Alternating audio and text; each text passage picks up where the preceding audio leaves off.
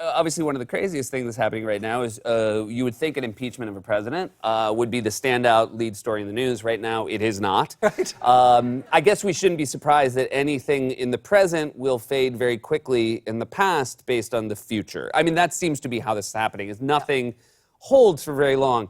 Are you shocked at how quickly impeachment has faded, and can we expect it to come back into the forefront of the news? We're still in the middle of it. I mean, the most shocking news I have heard all year in 2020 so far is that impeachment was only 20 days ago. Yeah. Like, really? That wasn't 20 months ago? Right. It feels like it has been I mean, they're still in the middle of impeaching him. Yeah. The House impeached him. He's yet to have a Senate trial. There's been progress toward that today, but we still don't know when that's going to happen. And in the less than 3 weeks since he was impeached, all this additional evidence has come out about the core allegations at the heart of the impeachment. His national security advisor, like his 35th national security advisor, John Bolton, has also said that he will testify if he's subpoenaed. That's a really big deal, given what we know about Bolton's involvement in this thing. So that's still live, still evolving, and still animating the president if you go by his Twitter feed, which I don't recommend you do. So it's all still, and by the way, Iowa is in a month. Yep. We've got the next Democratic debate happening within a week, except they might cancel it if it conflicts with the Senate trial for the impeachment. The fight to replace Donald Trump in the White House. I mean, this Democratic nominating process is the most consequential, most interesting Democratic primary of my lifetime. It's like story number 16, yeah, in any given newspaper or on any given TV show. So there's a lot going on at once. There is a lot to absorb. There's a lot going on in the minute, and obviously you, like us, you're creating a show day to day, but you also found time to write a book, a very well-researched book, which is about Russia and about Ukraine and about natural resources, and yet the timing of this book, it was as if you wrote it on the day, because to write. Obviously, a couple of years ago, to decide I'm going to write about Russia and Ukraine, you never could have predicted that right as your book comes out, Russia and Ukraine are in the news in a way that really ties into this book. It was really weird. I set out to write a book that I was really sure nobody unrelated to me would read. I was like, I've been totally obsessed with the Russia story from the beginning. I make no qualms about it. I'm still obsessed with it.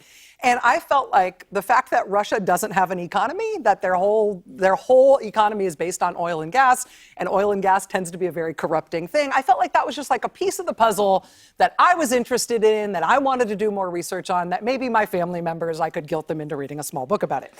And so I wrote this thing, and then a week before the publication date, when I've just received my first hardcover copy of the book, I wrote it, it's actually been published. Like, as I get my first copy of the book, Nancy Pelosi announces they are launching impeachment proceedings against the president for a corruption scandal involving the president and Ukraine and natural gas. And I was like, I should be investigated. Clearly,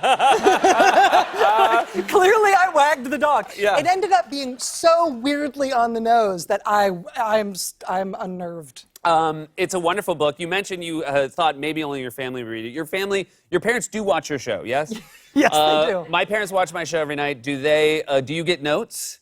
Yeah, do you think about it when you're doing the show? Like, when you're doing something, do you think, like, I wonder what my mom's going to say about this? There are things, it's more that I do something and I will think I'm going to hear about that from my dad. Yeah. I know what my mom thinks. She thinks that was the best show until the next one. Oh, right. Yeah. But your dad is My dad's like a little, and he'll be like, did you notice? I'm like, I did notice, and I won't do it again.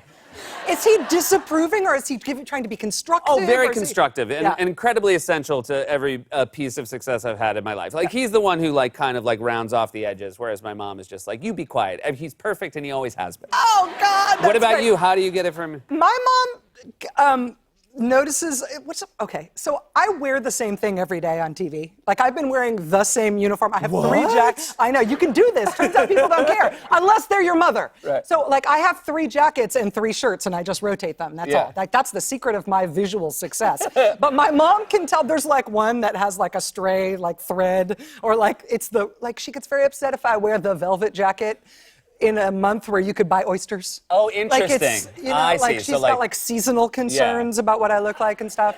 So I worry about that. Also, if I get anywhere, I never swear on TV, but if I get anywhere near a swear word, it's like the antenna go up. Oh, wow. The whole family responds. I have to answer to everybody.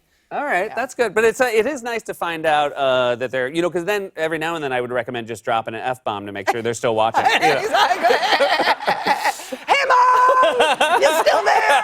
I know, exactly. Hey, thanks for making the time. Have a Sure, great Seth. show It's great tonight. to see Always you. good to see you, Rich Amato, everybody.